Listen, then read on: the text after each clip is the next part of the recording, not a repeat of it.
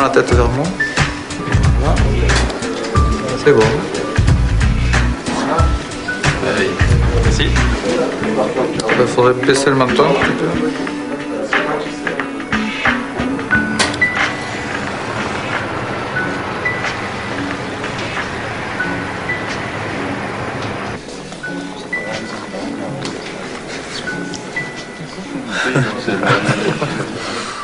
J'ai eu peur. Pignon. Pignon. T'as eu ton graveur à Noël? T'es de Dijon, toi, ça va? T'as eu combien de temps pour venir? 4 heures. Bon, fixe. Messieurs, bonjour. Asseyez-vous. Alors, c'est d'abord exceptionnel, puisque le promo qui rentre avec la nouvelle année. Donc, je vais commencer par vous souhaiter une bonne année. Avec beaucoup de réussite, puisque finalement, c'est ce que vous attendez le plus ici. Donc ça, c'est juste la partie sympa de mon discours qui est pas long. Et puis tout le restant, c'est pas que c'est pas sympa, ce sont des bons conseils. C'est les grands-pères qui donnent les bons conseils.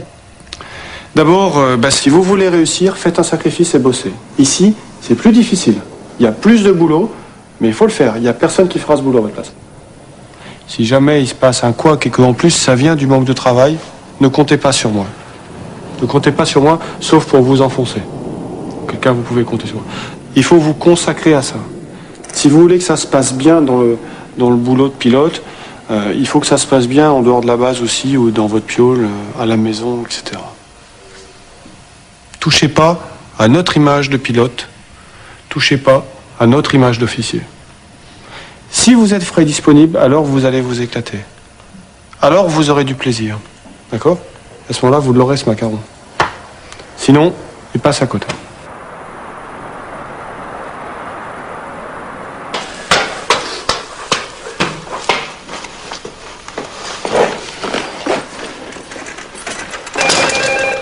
Je fais pas.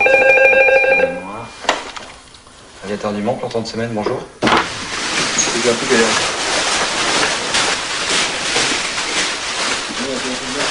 Je fais partie des européennes qui arrivent.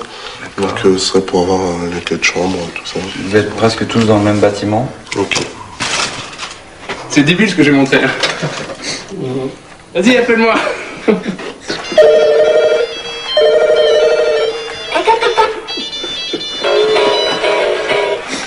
Il ferait comment mon grand-père? Sans déconner, t'as chopé ça. C'est mon grand-père qui m'a offert ça. Comme tous ceux de leur promotion, Zlip et Koub ont intégré l'armée de l'air après le bac, puis ils ont suivi 3 ans d'école sur avion à hélice. Tigrou est le plus doué de tous. As de voltige dans le civil, il a déjà quelques centaines d'heures de vol derrière lui. Fais le refrain. Manu, lui, se sent l'âme d'un pilote, mais rêve aussi de Star Academy. Je t'aime comme un loup, comme un roi, comme un homme, je suis.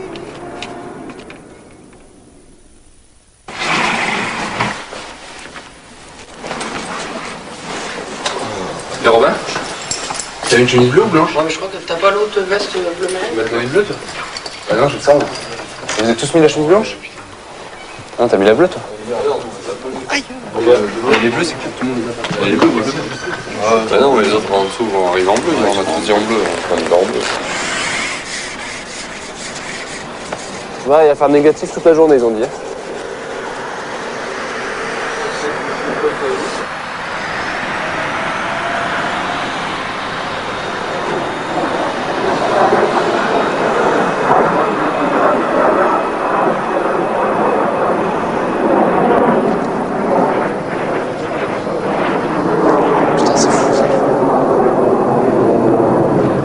Fait de la voltige là, ouais. En fait, il y a un axe vertical de la piste là. Mais là, il fait juste sa voltige normale quoi. C'est joli quoi.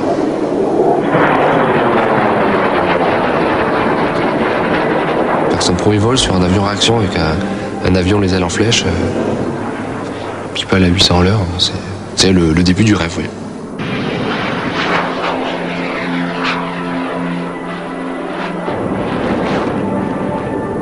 J'ai toujours aimé être ballonné et tout, j'aimais bien les manèges. Et puis comme on a commencé tous plus ou moins, enfin pas tout le monde, mais beaucoup, on a commencé dans l'aviation civile en aéroclub. Donc par plaisir, hein, par passion, c'était pas dans l'optique d'être préformé pour l'armée de l'air, parce que c'est pas du tout pareil. Et ben, de se dire qu'on est sur des machines quand même que on peut pas piloter en dehors, c'est quand même géant.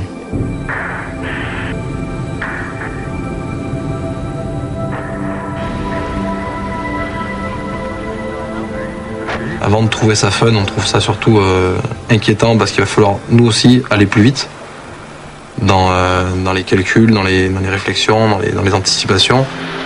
De voir que c'est un avion qui accélère très vite, qui monte très vite, qui fait tout très vite en fait. C'est génial, t'entends le... Vu la vitesse, regarde la vitesse quand même du truc là. Ah non, Moi je crois qu'il y en avait deux comme ça. Quand j'étais gamin, puis je revenais de chez mes grands-parents, on passait par l'autoroute ici, puis on voyait Alpha Jet passer sur l'autoroute. Et moi tout gamin, je voulais faire ça.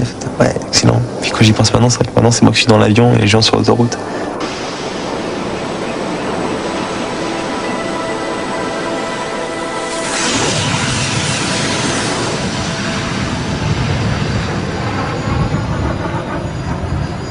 Avant de pouvoir voler, les élèves pilotes ont 1 mois de cours théoriques au sol pour connaître leur nouvel avion sur le bout des doigts. Moi et au boulot. 1 mois sanctionné par un test. S'ils échouent, ils ne pourront jamais voler sur avion à réaction. Manu, un peu dilettante, un peu rêveur, oublie parfois qu'un manque de travail au sol peut coûter très cher.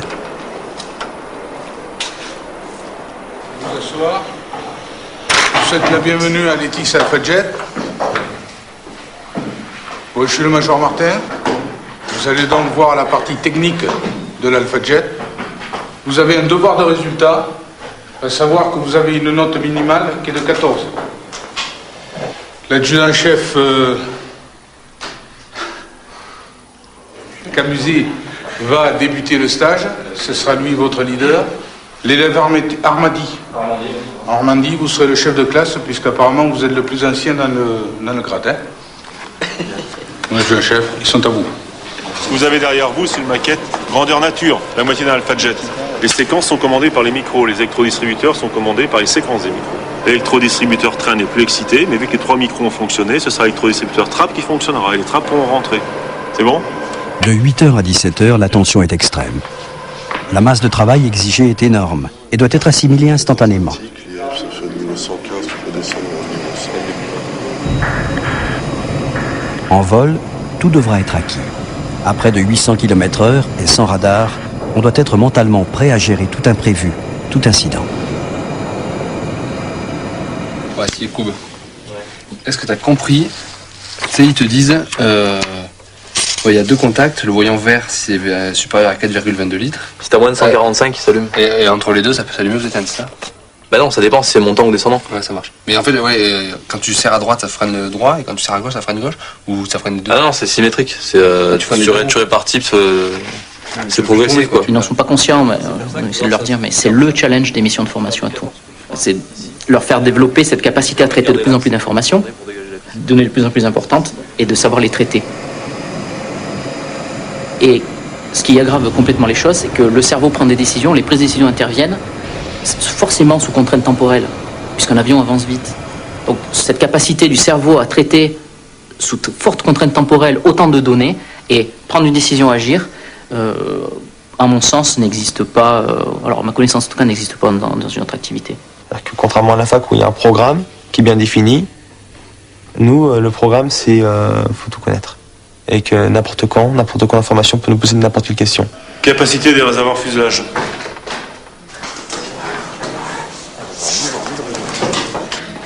Suivant. Première lettre, deuxième, troisième, et le trigramme. Dernière, c'est l'école. Est-ce que tu peux parler de la particularité lors d'une rentrée de train? On a un trim à direction. Un trim qui se trouve à côté de la main des gaz. Enfin, à côté de la main des gaz. Je parle la commande. Puis le stream tout se trouve dans la dérive en fait. Toute l'installation est dans la dérive même. Qu'est-ce que j'ai oublié encore? Non, mais attendez. Qu'est-ce que j'oublie? Je voulais dire, est-ce que tout le monde avait bien compris ça, quoi? À plusieurs reprises, Manu se fait remarquer. Son travail laisse à désirer ce qui déplaît fortement aux officiers supérieurs. J'ai 2 métiers. D'abord... Oui, j'ai fini la chasse. D'abord, je suis pilote de chasse, ensuite mannequin. Pour l'élève officier Groult, on a bien senti, on le sent bien dans les rapports des écoles Hamon, c'est que manifestement ce n'est pas un travailleur fou. Hein, c'est un élève qui ne se donne peut-être pas tous les moyens de réussir. Hein, on sent bien qu'il y a quand même une certaine nonchalance par derrière. Il ne montre pas une motivation extraordinaire. Alors après, on touche là un domaine délicat. C'est difficile également de cerner la motivation chez les uns et les autres. Dans tous les cas, il ne la traduit pas par un travail effréné. Ça, c'est clair.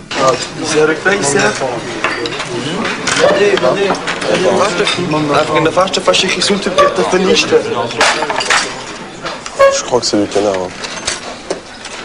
Tu veux goûter? Dis-moi ce que c'est. Canard? C'est du canard? Je te le change contre ta saucisse. Ouais, ça marche. Allez, vendu.